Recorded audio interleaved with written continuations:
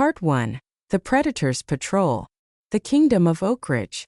Officer Carl Mitchell considered the affluent, manicured streets of Oakridge Estates to be his personal kingdom. It was a sprawling suburban enclave characterized by sprawling lawns, towering oak trees, wrought iron gates, and a demographic that was overwhelmingly predictably wealthy. For 12 years, Mitchell had patrolled these streets in his black and white cruiser, enforcing not just the letter of the law, but his own unwritten code of who belonged and who did not. To Mitchell, policing wasn't about protecting the community. It was about maintaining a strict social order. He liked the power. He liked the way residents waved to him from their driveways, viewing him as the ultimate barrier between their pristine bubble and the element of the city just 5 miles away. It was a crisp Tuesday evening, the sun dipping below the horizon and casting long golden shadows across the pristine asphalt. Mitchell was parked in his usual spot, a subtle alcove behind a row of thick hedges near the neighborhood's southern entrance. He sat with the engine idling, sipping lukewarm coffee, his eyes scanning every vehicle that turned off the main highway and into his domain. In Mitchell's mind, he had a sixth sense for crime. He called it intuition. Internal Affairs had, on more than one occasion, called it profiling. He had narrowly avoided 2 suspensions for pretextual stops that escalated into civil rights complaints, but his sergeant, a relic of an older era of policing, had always managed to sweep the paperwork under the rug. Mitchell had learned nothing from the reprimands other than to be slightly more careful with his paperwork. His mindset remained exactly the same. If you look out of place, you are out of place. The target. At 6:42 p.m., a vehicle turned onto Elmwood Drive.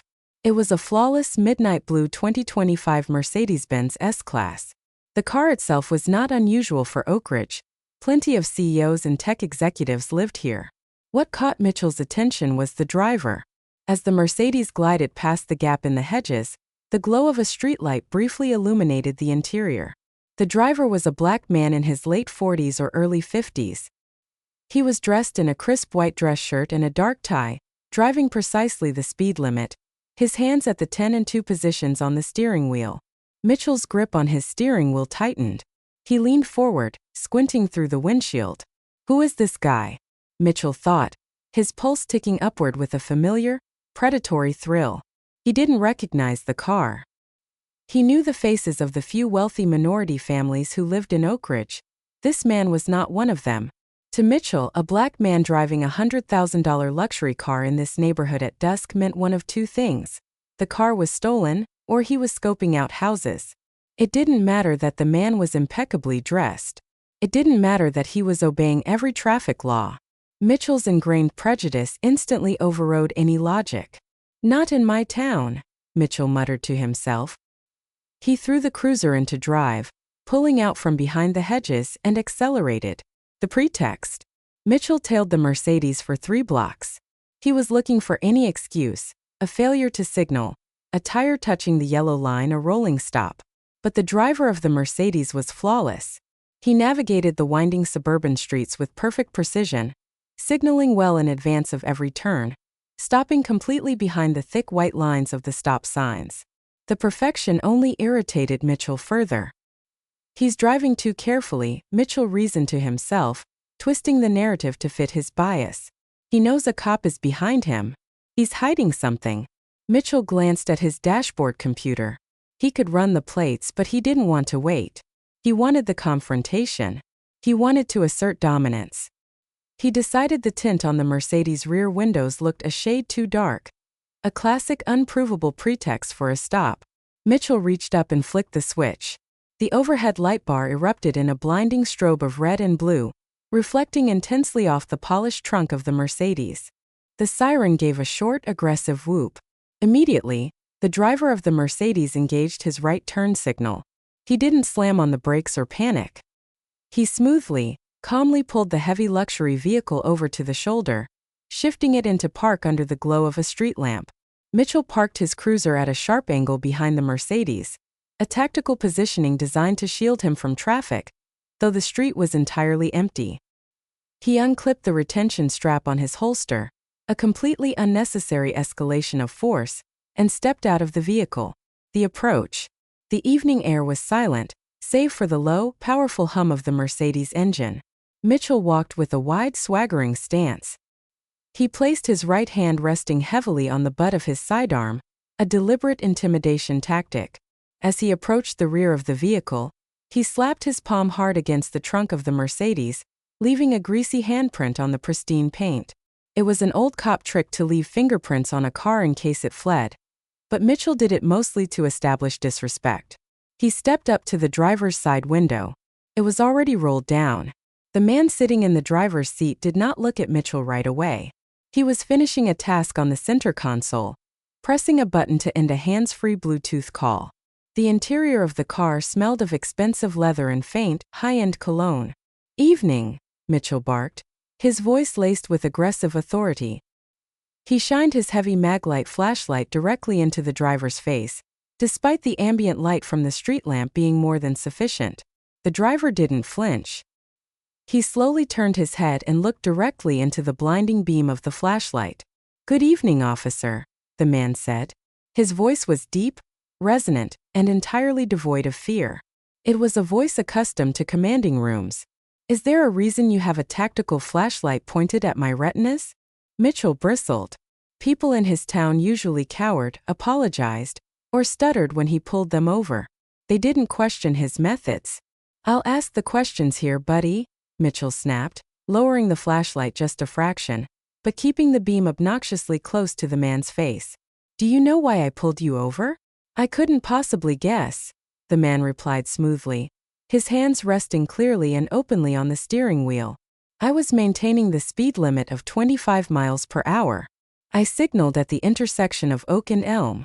Both of my taillights are functional. So please enlighten me." The articulation, the absolute lack of intimidation, it infuriated Mitchell. It challenged his authority.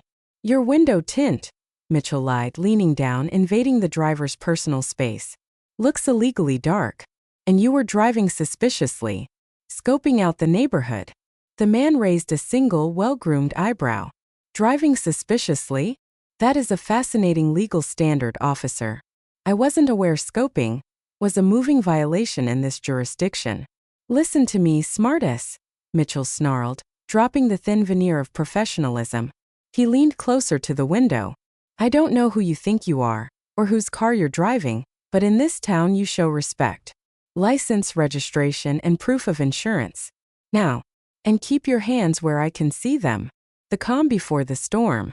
The driver held Mitchell's gaze for a long, heavy moment. There was no anger in the man's dark eyes. There was only a cold, clinical observation. It was the look of a scientist examining a particularly predictable insect under a microscope. "My registration and insurance are in the glove compartment," the man stated calmly, narrating his movements exactly as one should during a traffic stop. "My driver's license is in my suit jacket pocket, on the passenger seat. I am going to reach for my license first." "Move slow," Mitchell ordered, his hand gripping the handle of his gun tightly. The man slowly reached over to the passenger seat, retrieved a sleek leather wallet from his jacket, and pulled out a driver's license. He handed it through the window. Mitchell snatched the plastic card. He shined his flashlight on it. "Marcus Vance, Washington, D.C. D.C. Mitchell scoffed, looking from the license back to the man. "Long way from home, Marcus. What are you doing in Oak Ridge? Whose house are you casing?" Marcus Vance did not answer the question. Instead, he looked at Mitchell's uniform, reading the silver nameplate pinned to his chest. "Officer Carl Mitchell," Vance read aloud, his voice soft but carrying a strange, chilling weight. "Badge number 4409. Employed by the Oak Ridge Municipal Police Department." "I asked you a question, Marcus," Mitchell demanded, his voice rising in volume. "What is your business in this neighborhood?" "My business, Officer Mitchell, is my own," Vance replied coolly. "You have my identification. You stated your pretext for this stop was my window tint. I suggest you go to your cruiser, run my license, write your citation for the tint, and allow me to go about my evening. Because the longer you stand here attempting to provoke a reaction, the more difficult your immediate future is going to become." Mitchell saw red. For 12 years, his authority had been absolute. No one spoke to him this way. Certainly not a black man he had pulled over on a dark street. Mitchell's ego, fragile and inflated by years of unchecked power, demanded submission. "Step out of the vehicle," Mitchell commanded, taking a step back and resting his hand fully on his holstered weapon. Marcus Vance did not move. "I decline. You have no probable cause to order me out of this vehicle for a window tint violation, officer." "I said step out of the damn car," Mitchell shouted, his voice echoing off the quiet suburban houses. "Or I will physically remove you for resisting a lawful order." Vance looked at Mitchell. The cold, clinical look in his eyes sharpened into something much more dangerous. It was the look of a trap snapping shut. "Officer Mitchell," Vance said softly, his voice cutting through the evening air like a scalpel, "I highly recommend you take a breath, walk back to your cruiser, and run my name through your National Crime Information Center database before you make a decision that will end your career in the next 5 minutes. Mitchell sneered, utterly blinded by his own arrogance. "I'm going to run your name, Marcus," Mitchell spat, backing away toward his cruiser. "And when I come back, you're getting out of this car in handcuffs. Do not move."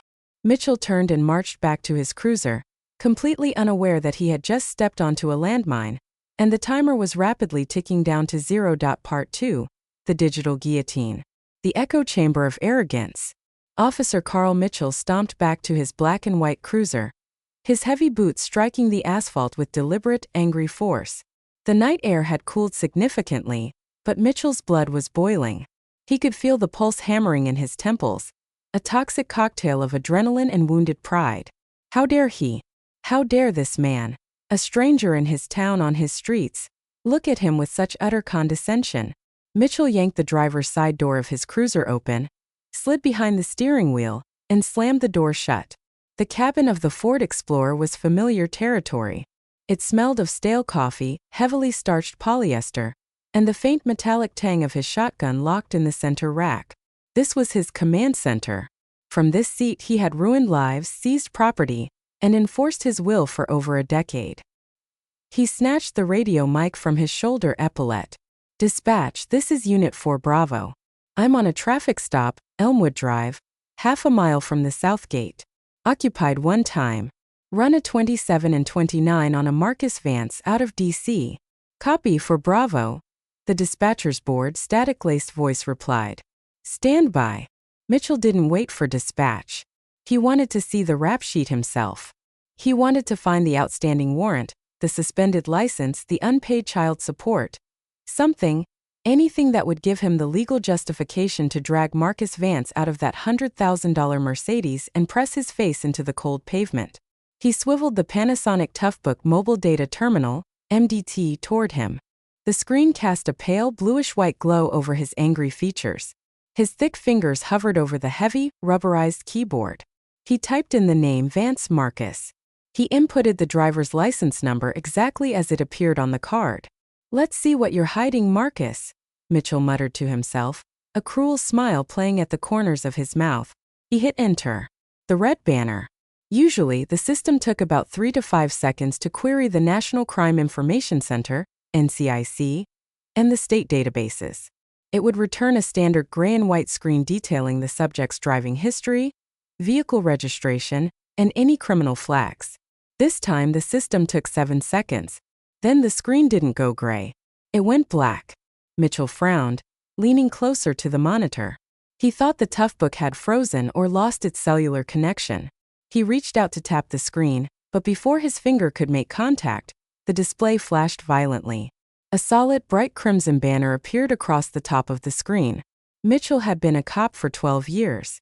He had run thousands of names. He had seen the yellow banners for stolen vehicles, the orange banners for violent felons, and the standard red text for active warrants. He had never in his entire career seen a banner like this. A golden crest materialized in the center of the screen, the official seal of the United States Department of Justice. Below it, thick block letters spelled out a warning that made the breath catch in Mitchell's throat. Restricted file. Top secret/PSY clearance required. Agency override initiated. Mitchell stared at the screen, his mind struggling to process what he was seeing. Top secret? Agency override? What the hell kind of fake ID was this guy carrying? Then the text populated below the seal. It wasn't a rap sheet. It was a federal profile. Name Vance Marcus Emanuel. Status: active/DJ identification confirmed. Title: Deputy Attorney General of the United States. Division: Civil Rights Division/Oversight Committee. Advisory: do not detain. Do not search. Subject possesses unrestricted federal immunity. Any unauthorized detention will be reported immediately to the Federal Bureau of Investigation, FBI, Directorate. Mitchell's heart stopped. For 3 full seconds the universe ceased to exist. There was only the hum of his cruiser's engine and the glowing red screen that was actively detailing his professional execution. Deputy Attorney General of the United States. The second highest-ranking law enforcement officer in the entire country. The man who oversaw the Civil Rights Division, the exact federal department responsible for investigating, prosecuting, and dismantling corrupt, racist police departments across America. "No," Mitchell whispered, his voice trembling. "No, no, no. It's a glitch. It's a fake." He frantically hit the SC key, trying to clear the screen, trying to unsee the reality that was crashing down upon him. The keyboard was unresponsive. The DOJ override had locked his terminal. Right at that moment, the radio crackled to life. It wasn't the dispatcher. "Unit 4 Bravo, this is dispatch supervisor." The voice was tight, high-pitched, and laced with unmistakable panic. "Mitchell, what is your 20? Confirm your location immediately." Mitchell fumbled for his mic, his hands suddenly slick with sweat. Dispatch for Bravo. I'm on Elmwood. Just a routine stop for tint." "Do not touch that driver, Mitchell." The supervisor barked over the open frequency, abandoning all radio protocol. "Do you hear me? Do not approach that vehicle. Step away and stand by for the chief." The ringing telephone. Mitchell dropped the radio mic as if it had burned his palm. It clattered against the center console. His uniform suddenly felt like a straitjacket. The temperature in the cruiser seemed to spike to 100 degrees. A cold, clammy sweat broke out across his forehead, and a heavy, nauseating weight dropped into the pit of his stomach. He looked through his windshield. 50 feet ahead, the midnight blue Mercedes sat perfectly still under the street lamp.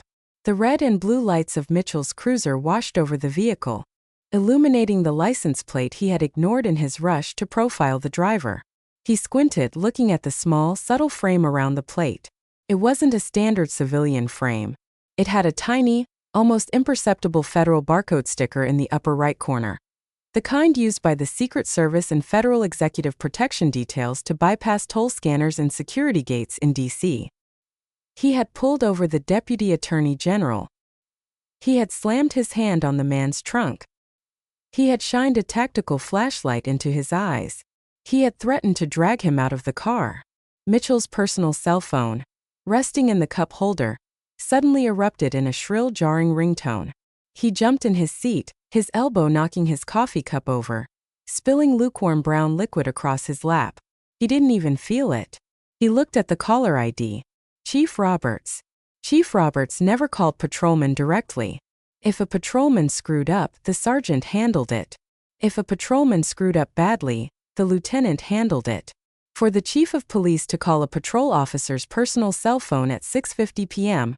on a Tuesday meant that the Earth was falling out of orbit. Mitchell's hand shook so violently he almost dropped the phone. He pressed answer and brought it to his ear. "Chief."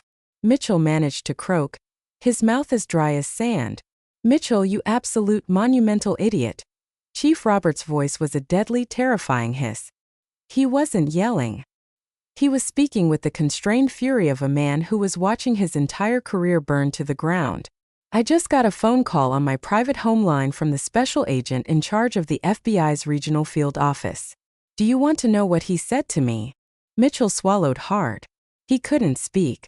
He said that a GPS tracking beacon embedded in a federal executive vehicle triggered a code red stop alert. The chief continued, his voice vibrating with rage. "He said that one of my officers has currently detained the Deputy Attorney General of the United States. Please, Mitchell. Please tell me that the FBI has made a mistake. Tell me you are not standing on Elmwood Drive with your lights flashing behind Marcus Vance." "Chief, I thought he was casing the neighborhood," Mitchell stammered, reverting to his ingrained, racist defense mechanism. He didn't look like he belonged here. His window tint is too dark. It was a lawful. Shut your mouth, the chief roared, finally losing his composure. The sound was so loud Mitchell had to pull the phone away from his ear. Do you have any idea who that man is? He is the man who just spent the last 3 years putting the entire Baltimore Police Department under a federal consent decree. He eats corrupt cops for breakfast. And you pulled him over for looking like he didn't belong?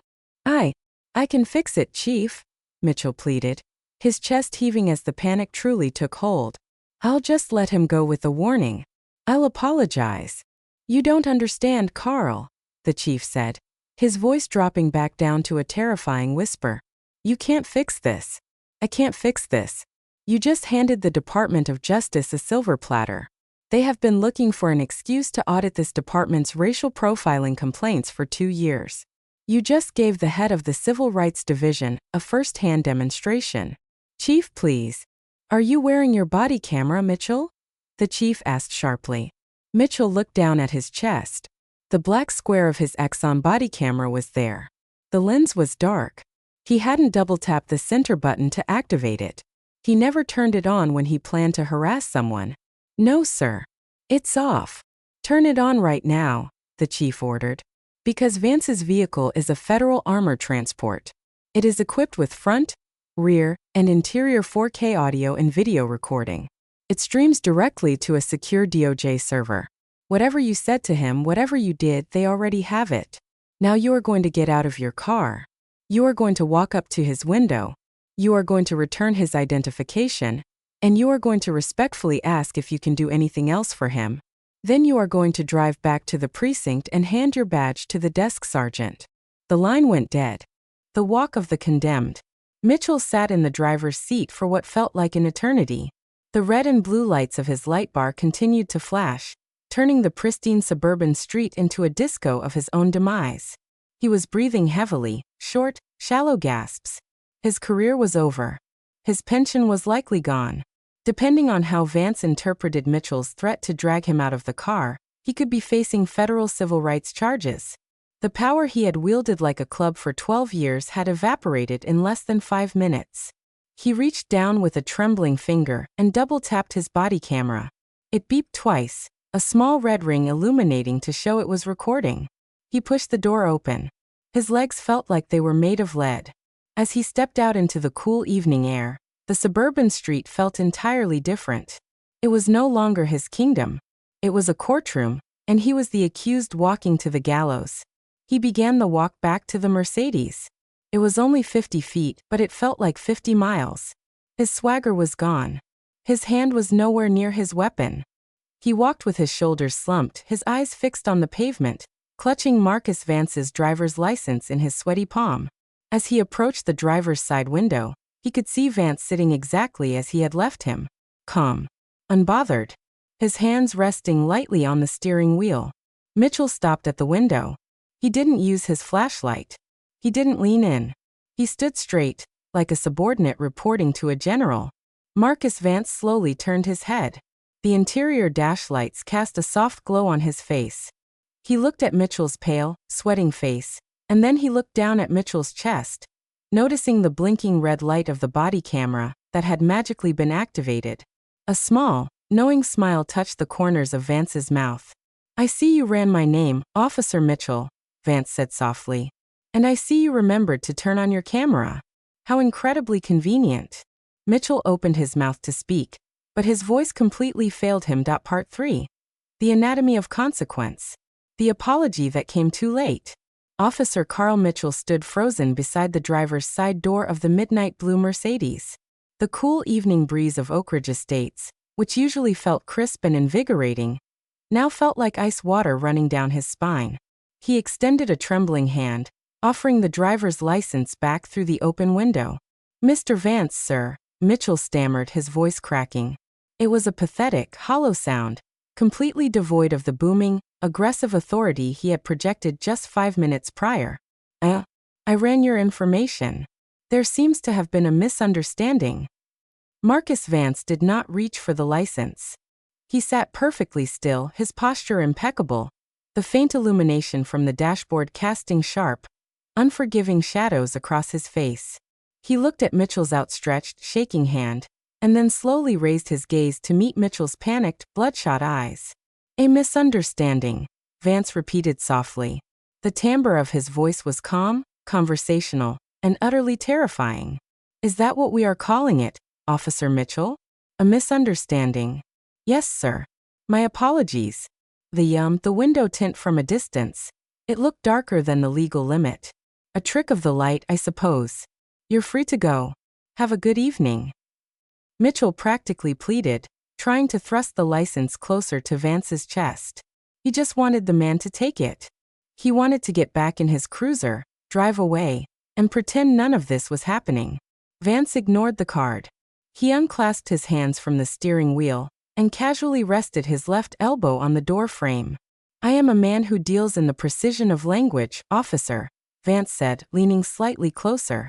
When my attorneys prosecute civil rights violations under Title 18, U.S. Code, Section 242, the deprivation of rights under color of law, we do not deal in misunderstandings. We deal in facts. So let us review the facts of this traffic stop, shall we? Mitchell swallowed hard. A knot the size of a golf ball had formed in his throat. Sir, I really just... Fact 1, Vance interrupted smoothly, holding up a single finger. I was traveling at exactly 24 miles per hour in a 25-mile-per-hour zone. My vehicle's telemetry data, which is currently streaming to a Department of Justice server in Quantico, verifies this. He held up a second finger. Fact 2. My vehicle's window tint is set at precisely 35% light transmittance, the exact legal threshold in this state. A fact you would have known had you used a tint meter, rather than your inherently flawed, biased intuition. He held up a third finger. Fact 3. Upon approaching my vehicle, you struck the trunk with your bare hand, an archaic intimidation tactic. You then shined a high-lumen tactical flashlight into my eyes to intentionally blind and disorient me, despite the presence of adequate ambient street lighting. I was just following standard officer safety protocols, Mitchell lied weakly, his eyes darting up and down the empty suburban street. Do not insult my intelligence, and do not disgrace the badge you are wearing by hiding behind protocol, Vance said, his voice dropping to a dangerous, icy register. You did not stop me for officer safety. You did not stop me for window tint. You stopped me because you saw a black man driving a luxury vehicle in an affluent, predominantly white neighborhood, and your immediate, uncorrected assumption was that I was a criminal. Mitchell opened his mouth to deny it, to recite the same tired excuses he had used 100 times before to internal affairs investigators, but the words died in his throat. Vance wasn't a local civilian who could be bullied. He was the apex predator of the American legal system. You threatened to physically drag me out of this vehicle, Vance continued, his dark eyes boring into Mitchell's soul. You assumed I lacked the education, the resources, or the power to defend myself. You expected me to cower. You expected me to beg for leniency for a crime I did not commit. Tell me, Officer Mitchell, how many other men have you done this to? Mitchell looked down at his boots. None, sir. It was a mistake. A lie, Vance said simply. While you were sitting in your cruiser panicking over the red banner on your MDT, my staff in Washington was already pulling your file. 12 years on the force. 7 civilian complaints for harassment and pretextual stops. All of them minority drivers. All of them dismissed by a local review board that is currently under federal investigation by my office. Mitchell felt the earth drop out from beneath his feet. They had his file. They had everything. This wasn't a random traffic stop gone wrong. He had just pulled over the very architect of his department's impending doom. The audience gathers. You thought Oak Ridge Estates was your personal kingdom, Vance said, looking around at the massive, manicured lawns and the silent, imposing mansions. You thought you were the gatekeeper. But you are not a protector, Mitchell. You are a liability. A stain on the oath you swore. Before Mitchell could formulate a response, the silence of the neighborhood was shattered by the deep, throaty roar of heavy engines. Mitchell looked up. Down the street, coming from the South Gate entrance, a convoy was approaching at high speed. It wasn't the standard local police cruisers. It was 3 blacked-out Chevrolet Tahoes with hidden, internal strobe lights flashing blue and red. They did not slow down to observe the speed limit. They tore down Elmwood Drive, their tires screeching as they slammed on their brakes, boxing Mitchell's lone police cruiser in from the front and the side. The doors of the Tahoes flew open simultaneously. 8 men and women wearing tactical vests with bright yellow FBI lettering across the back stepped out. They moved with absolute, military precision. Their hands hovered near their sidearms, their eyes scanning the perimeter, instantly securing the area.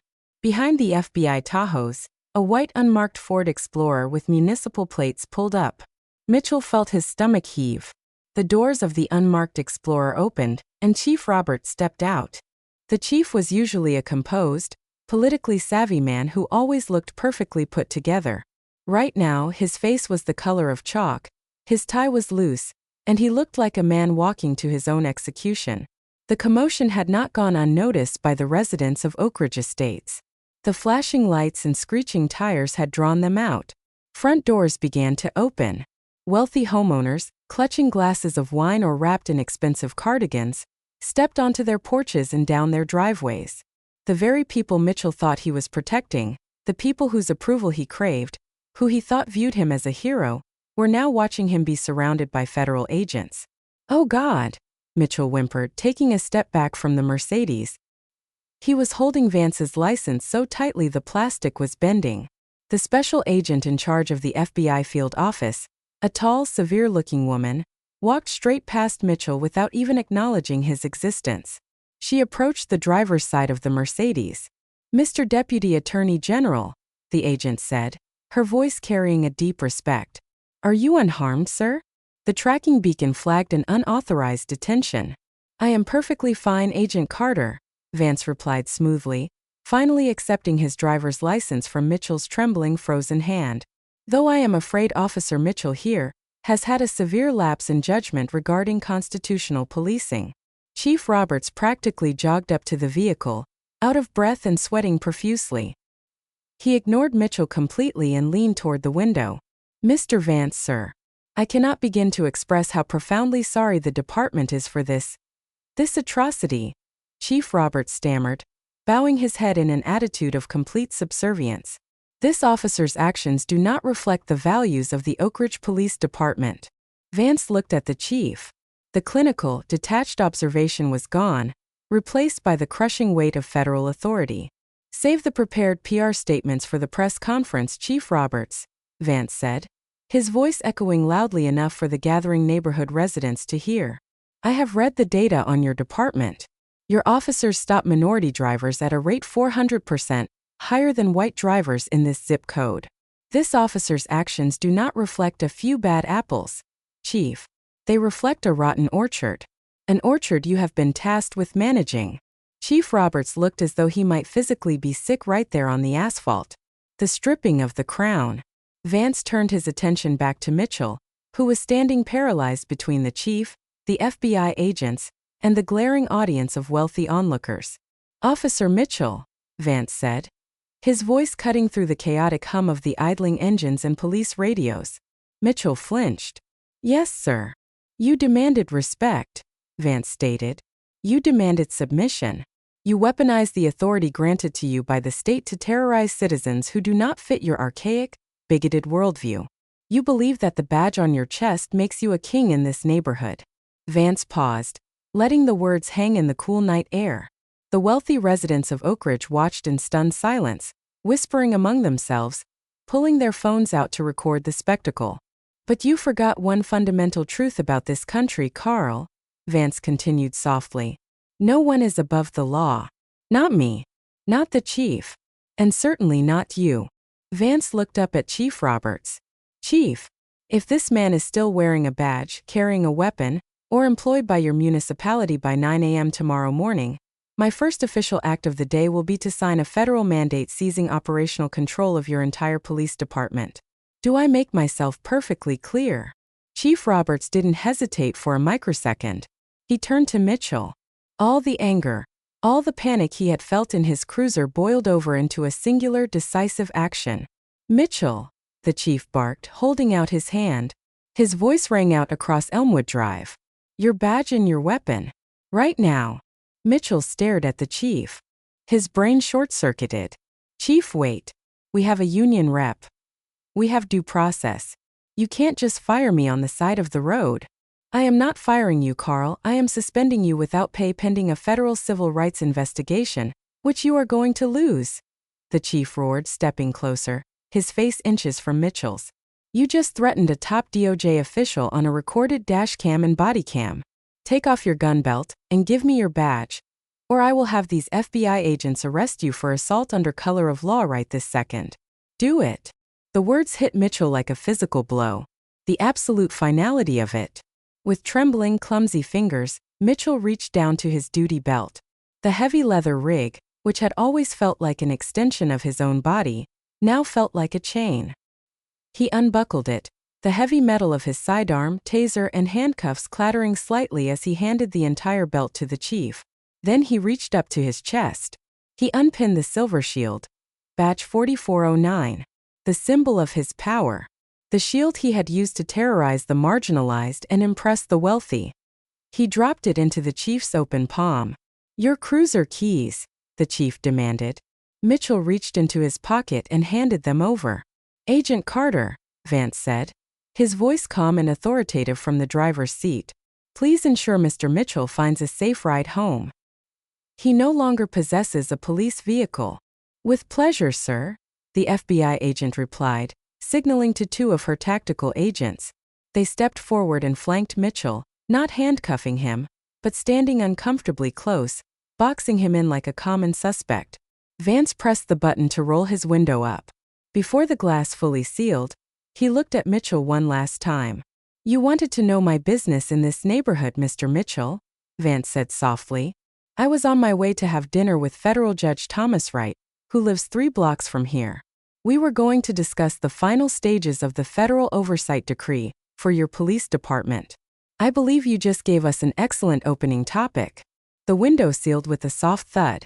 Marcus Vance put the Mercedes into drive and smoothly pulled away from the curb, gliding past the barricade of FBI Tahoes and continuing into the heart of Oak Ridge Estates, leaving Carl Mitchell standing disarmed, disgraced, and utterly destroyed in the middle of his fallen kingdom. Part 4. The Scales of Justice.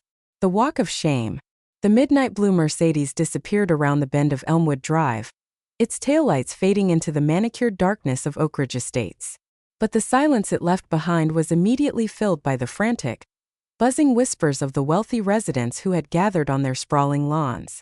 They were holding up their glowing smartphones, the lenses focused squarely on the man who had, until 5 minutes ago, considered himself the undisputed king of this neighborhood. Carl Mitchell stood utterly exposed under the harsh glare of the street lamp. Without his heavy-duty belt, without the silver shield pinned over his heart, without the keys to his cruiser, he felt naked. The armor that had protected his ego and justified his bigotry for 12 years had been stripped away with clinical, devastating precision. Chief Roberts did not offer him a parting word. The chief simply turned his back, walked to his unmarked Explorer, and drove away, leaving his former patrolman in federal custody. Mr. Mitchell, FBI Special Agent Carter said, her voice devoid of any professional courtesy or sympathy. It was the tone one might use when addressing a particularly unpleasant stain on the sidewalk. My agents will transport you to your primary residence.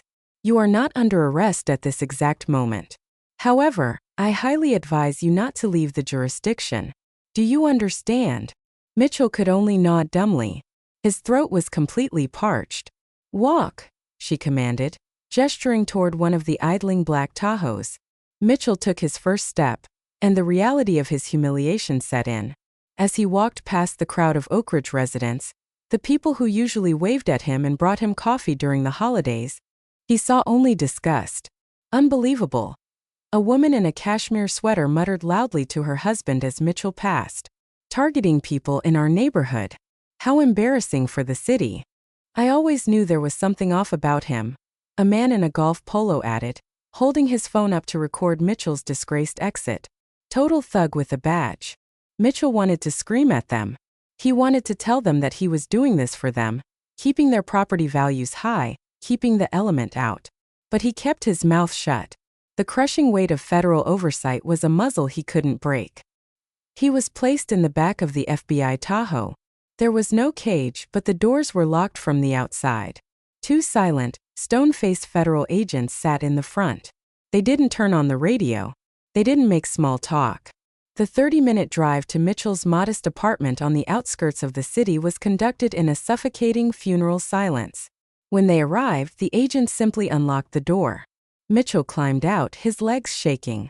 Before he could even say a word, the Tahoe reversed and sped off into the night, leaving him standing alone in the empty parking lot.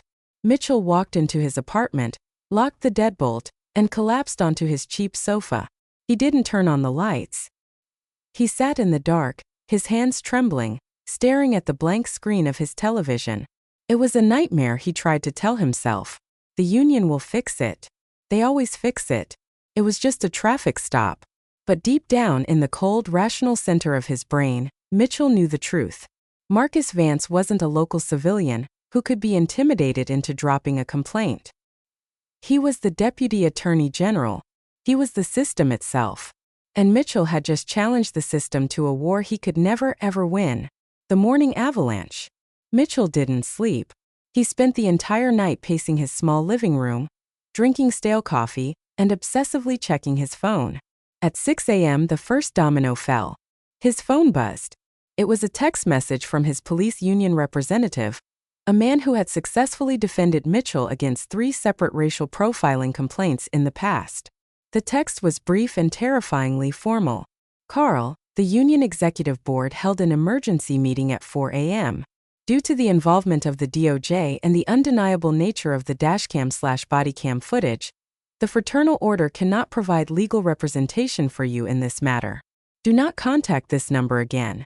Secure private federal defense counsel immediately. Mitchell dropped the phone. The union had abandoned him. They were cutting off the infected limb to save the body. At 7:30 a.m., the local news stations went live. Mitchell turned on his television, his heart hammering against his ribs. The headline banner across the bottom of the screen read in bold, glaring letters: Oak Ridge officer suspended following federal civil rights clash. The news anchor, looking gravely serious, looked into the camera. We have breaking news this morning out of Oak Ridge. Officer Carl Mitchell, a 12-year veteran of the force, has been suspended indefinitely and stripped of his police powers following a highly controversial traffic stop involving the Deputy Attorney General of the United States, Marcus Vance. The screen cut to the 4K dashcam footage from Vance's Mercedes. Mitchell watched in horror as his own actions were broadcast to the world. The video was crystal clear. It showed Mitchell's aggressive swagger, the way he unnecessarily slapped the trunk of the car. It captured the audio perfectly: Mitchell's condescending tone, the blinding flashlight, the blatant, baseless threat to physically drag a compliant citizen from the vehicle. Then, the news station played the audio of Vance's calm, surgical dismantling of Mitchell's pretext. It was a masterclass in constitutional rights, playing out on national television. Sources inside the Department of Justice, the anchor continued, indicate that this incident has triggered an immediate, full-scale federal audit of the Oak Ridge Police Department's traffic stop data, citing a long-standing pattern of racially motivated policing. Chief of Police David Roberts is scheduled to hold a press conference at 9 o'clock. Mitchell fell to his knees in the center of his living room,